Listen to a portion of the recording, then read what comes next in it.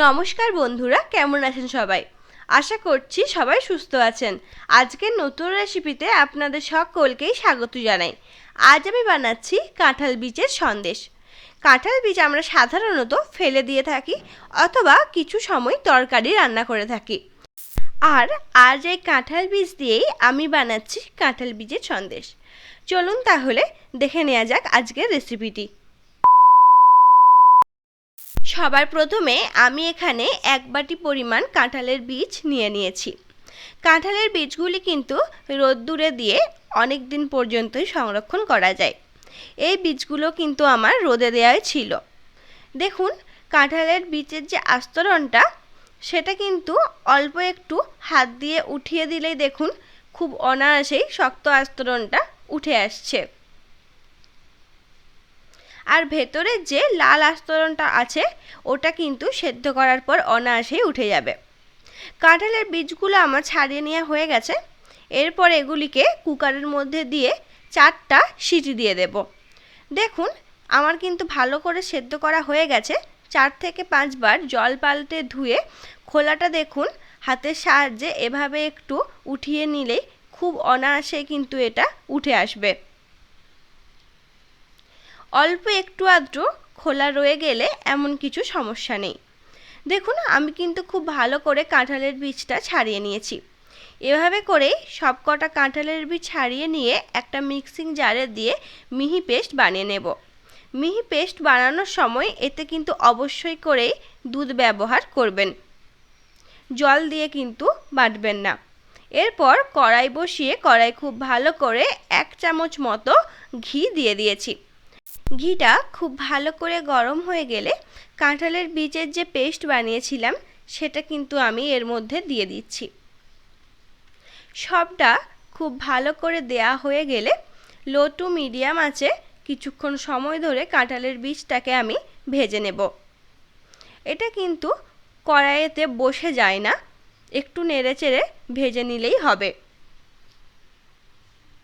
4 থেকে 5 মিনিট মতো এটাকে আমি খুব ভালো করে ভেজে নিয়েছি। দেখুন, এরপর কিন্তু এর রঙটাও বদলেছে। এরপর এর মধ্যে 2 চামচ আমল দুধ দিয়ে দেব। আমল দুধটা অবশ্যই করে দেওয়ার চেষ্টা করবেন, তাহলে কিন্তু স্বাদটা খুব ভালো হয়। এরপর এই আমল দুধটা এর সাথে খুব ভালো করে আমি আগে মিশিয়ে নেব। দেখুন, আমি যেভাবে মিশাচ্ছি এভাবে করেই কিন্তু মিশিয়ে নিলে খুব সহজে এবং খুব তাড়াতাড়ি মিশানো হয়ে যাবে। খুব ভালো করে আমার মেশানো হয়ে গেছে। এরপর আমি এখানে 2 চামচ চিনি দিচ্ছি।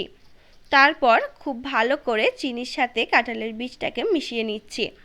2 চামচ চিনিতে অবশ্যই করেই কিন্তু এটা মিষ্টি হবে না, তার জন্য সাইডে আমি চিনি এবং দুধ দিয়ে একটু ফুটিয়ে তারপর এটাকে এর মধ্যে দিয়ে দেব। আপনারা কিন্তু গুঁড়ো চিনি দিয়েই পুরো মিষ্টিটা করে নিতে পারেন, তাতে কিন্তু কোনো রকম কোনো অসুবিধা নেই। দেখুন, খুব ভালো করে আমার চিনিটা এর সাথে মেশানো হয়ে গেছে। এরপর এর মধ্যে এলাচের গুঁড়ো দিয়ে দিচ্ছি। এটা কিন্তু ছোট এলাচের গুঁড়ো। এলাচের গুঁড়োটা দিলে খুব ভালো একটা ফ্লেভার হয়, আর মিষ্টিতে এলাচের গুঁড়োটা কিন্তু অনেকেই খুব পছন্দ করে।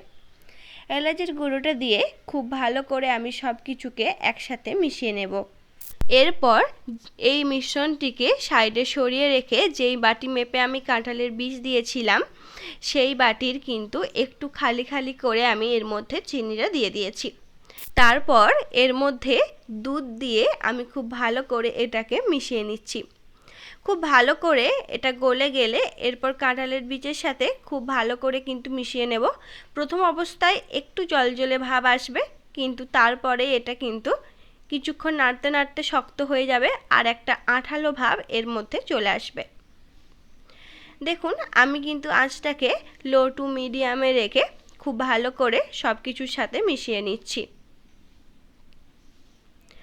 রঙটাও কিন্তু বেশ পরিবর্তন হয়েছে। দেখুন, খুব ভালো করে আমি এটাকে মিশিয়ে নিচ্ছি। এরপর যখন ভালো করে মেশানো হয়ে যাবে, একটু মিশ্রণ হাতের মধ্যে তুলে এভাবে গোল করে দেখবেন। যখন দেখবেন এটাকে নিয়ে খুব সুন্দর এবং যে কোনোভাবে যে কোনো রকম শেপ দেওয়া যাচ্ছে, তখন বুঝবেন এটা কিন্তু সন্দেশ বানানোর জন্য একদম রেডি। এরপর এটাকে একটা পাত্রের মধ্যে আমি রেখে দিচ্ছি। এখানে একটা ডাইশ আমি কিন্তু জলের মধ্যে ভিজিয়ে রেখেছিলাম, অবশ্যই করে ভিজিয়ে রাখবেন। এরপর এখান থেকে অল্প একটু মিশ্রণ তুলে হাতের মধ্যে নিয়ে এভাবে গোল করে নিয়ে ডাইশের ওপর দিয়ে একটু চেপে চেপে দেব এবং সাইডগুলোকে সমান করে নেব। আপনাদের কাছে যদি ডাইশ না থাকে তাহলে কিন্তু প্যারা সন্দেশ যেমন হয় অথবা বরফি আকারে কিন্তু কেটে নিতে পারেন। আর ডাইশ থাকলে তো কোনো কথাই নেই, খেতেও যেমন সুন্দর দেখতেও তেমন সুন্দর। দেখুন খুব ভালো করে আমি চারিদিকটাকে শেপ দিয়ে দিয়েছি। এরপর খুব হালকা হাতে কিন্তু আস্তে আস্তে এটাকে তুলে নিতে হবে। তোলার সময় কিন্তু অনেক সাবধানে হালকা হাতে তুলতে হবে। দেখুন আমার সন্দেশের শেপ কিন্তু একেবারেই রেডি। আবারও একবার দেখিয়ে দিই। একটু মিশ্রণ নিয়ে এভাবে চেপে চেপে সাইড দিকটা সমান করে দিলে হবে। এটাকে বারবার যদি জলে ডুবাতে অসুবিধা হয় তাহলে কিন্তু ডাইশের মধ্যে ঘি লাগিয়ে তারপর এটাকে তুললেও কিন্তু খুব ভালোভাবে উঠে যাবে।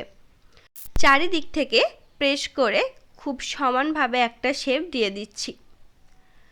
আর একটু মাঝখানের দিকটা চেপে দিচ্ছি যাতে ছাপটা খুব ভালোভাবে সন্দেশের মধ্যে দেখা যায়।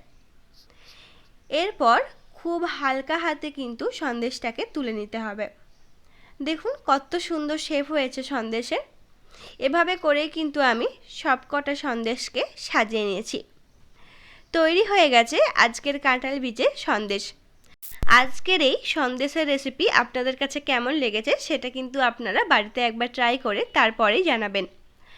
আমার পরিবারে যারা নতুন বন্ধু আছেন এবং যারা আমার থেকে আরও এরকম নতুন নতুন রেসিপি পেতে চান তারা আমার চ্যানেলটাকে অবশ্যই সাবস্ক্রাইব করে রাখুন। সবাই সুস্থ থাকবেন এবং ভালো থাকবেন। আবারও আপনাদের সাথে দেখা হবে নতুন কোনো একটি রেসিপিতে। ধন্যবাদ।